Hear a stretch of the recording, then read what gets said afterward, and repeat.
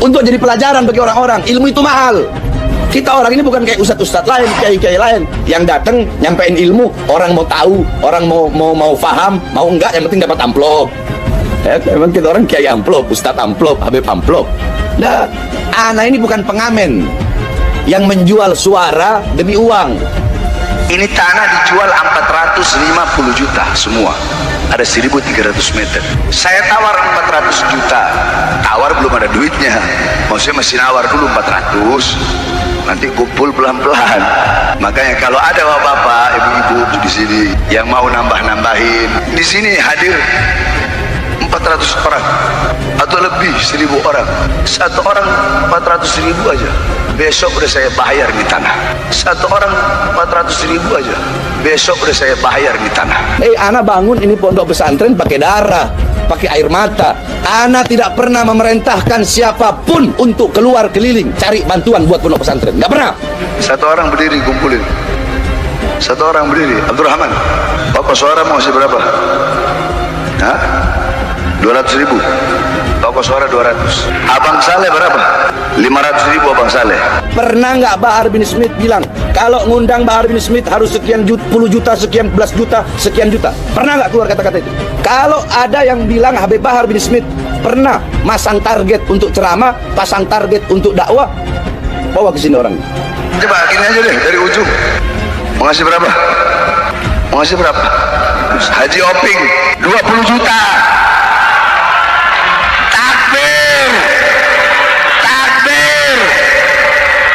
Haji Oping 20 juta. Ini beliau dari Garut.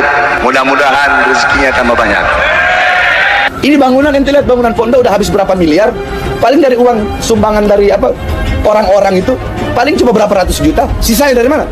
Mau tahu dari mana? Dari langit, dari pohon, dari emas, dari uang pribadi anak. Sebenarnya nggak pantas, nggak perlu anak ceritakan ini. Kan udah berkali-kali anak bilang, dakwah itu bukan pekerjaan, dakwah itu kewajiban. Kalau perlu kita yang ngasih, kalau perlu kita yang ngasih. Mau ngasih berapa? Mau ngasih berapa? Bang Rocky berapa? 1 juta. Bang Rocky 1 juta. Ke Sobri 500.000 lah hitung lah ya. Habib Muhammad 1 juta. Habib Muhammad. Namanya kita mewarisi keilmuan Rasulullah. Ketika seseorang dia berdakwah mewarisi keilmuan Rasulullah SAW, anda tanya dulu Rasulullah dihina nggak? Dicaci nggak? Dimaki nggak? Difitnah nggak? Maka ketika seorang menerima bagian warisan Rasulullah yang merupakan ilmu, warisan Rasulullah terbesar, maka dia pun harus menerima risiko Rasulullah dulu. Rasulullah dulu dihina, dicaci, dimaki, itu pun merupakan bagian daripada warisan Rasulullah SAW. Yang berkata bahwasanya Habib Bahar telah menghina Jokowi dengan sebutan Presiden Banci. Kenapa saya katakan dia Banci? Kamu kalau ketemu Jokowi, kamu buka celananya itu. Jangan-jangan head Jokowi. Indonesia sejak dulu kala tetap dipuja-puja bangsa. Bahar bin Smith naik darah usai mengetahui 3 petugas Aviation Security atau AFSEC Bandara Soekarno-Hatta yang mengawal dirinya dipecat. Kekesalan Bahar bin Smith disampaikannya melalui sebuah podcast bersama Refli Harun. Bahar tidak datang sendiri melainkan bersama kuasa hukumnya Aziz Yanuar. Di awal acara Bahar langsung menumpahkan kekesalannya. Ini adalah perbuatan yang zalim, perbuatan yang semena-mena, sewenang-wenang, kekuasaan yang disalahgunakan, jelas Bahar. Bahar bin Smith lantas membicarakan standar operasional prosedur atau SOP mengenai petugas AFSEC yang tidak boleh mengawal penumpang pesawat.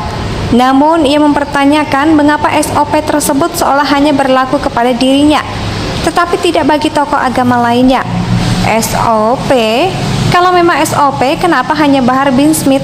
Berapa banyak Habib-Habib, kiai-kiai, ustadz-ustadz yang dikawal oleh AFSEC? Kenapa AFSEC itu tidak dipecat? Apakah Habib-Habib, kiai-kiai itu dekat dengan pemerintah? Sedangkan Bahar bin Smith selalu mengkritik pemerintah, ujar Bahar. Di akhir acara, Bahar memberikan closing statement, namun anehnya agak melenceng dari topik pembicaraan. Bahar justru menanggapi pernyataan Gus Fuad Pleret beberapa waktu lalu yang menyatakan bahwa habaib-habaib di Indonesia hanya segelintir saja yang berlaku lurus. Dengan nada tinggi dan terkesan sombong, Bahar mengatakan kalau tidak ada para habaib, mungkin Fuad masih menyembah pohon. Bahkan Bahar menuduh Gus Fuad adalah kebodohan yang tersusun. Bahar bin Smith naik darah usai mengetahui 3 petugas Aviation Security atau AFSEC Bandara Soekarno-Hatta yang mengawal dirinya dipecat. Kekesalan Bahar bin Smith disampaikannya melalui sebuah podcast bersama Refli Harun. Bahar tidak datang sendiri melainkan bersama kuasa hukumnya Aziz Yanuar. Di awal acara, Bahar langsung menumpahkan kekesalannya. Ini adalah perbuatan yang zalim, perbuatan yang semena-mena, sewenang-wenang, kekuasaan yang disalahgunakan, jelas Bahar. Bahar bin Smith lantas membicarakan standar operasional prosedur atau SOP mengenai petugas AFSEC yang tidak boleh mengawal penumpang pesawat. Namun, ia mempertanyakan mengapa SOP tersebut seolah hanya berlaku kepada dirinya, tetapi tidak bagi tokoh agama lainnya. SOP? Kalau memang SOP, kenapa hanya Bahar bin Smith? Berapa banyak habib-habib, kiai-kiai, ustadz-ustadz yang dikawal oleh AFSEC? Kenapa AFSEC itu tidak dipecat? Apakah habib-habib, kiai-kiai itu dekat dengan pemerintah? Sedangkan Bahar bin Smith selalu mengkritik pemerintah, ujar Bahar. Di akhir acara, Bahar memberikan closing statement, namun anehnya agak melenceng dari topik pembicaraan.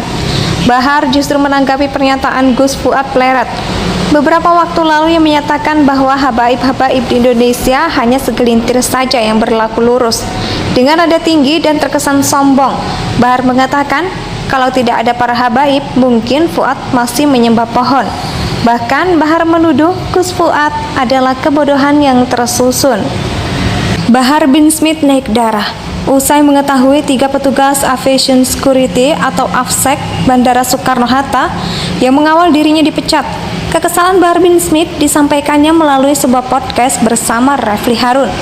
Bahar tidak datang sendiri melainkan bersama kuasa hukumnya Aziz Yanuar. Di awal acara, Bahar langsung menumpahkan kekesalannya. Ini adalah perbuatan yang zalim, perbuatan yang semena-mena, sewenang-wenang, kekuasaan yang disalahgunakan, jelas Bahar. Bahar bin Smith lantas membicarakan standar operasional prosedur atau SOP mengenai petugas AFSEC yang tidak boleh mengawal penumpang pesawat. Namun, ia mempertanyakan mengapa SOP tersebut seolah hanya berlaku kepada dirinya, tetapi tidak bagi tokoh agama lainnya. SOP? Kalau memang SOP, kenapa hanya Bahar bin Smith? Berapa banyak habib-habib, kiai-kiai, ustadz-ustadz yang dikawal oleh AFSEC? Kenapa AFSEC itu tidak dipecat? Apakah habib-habib, kiai-kiai itu dekat dengan pemerintah? Sedangkan Bahar bin Smith selalu mengkritik Indonesia tanah air beta, pusaka abadi nan jaya.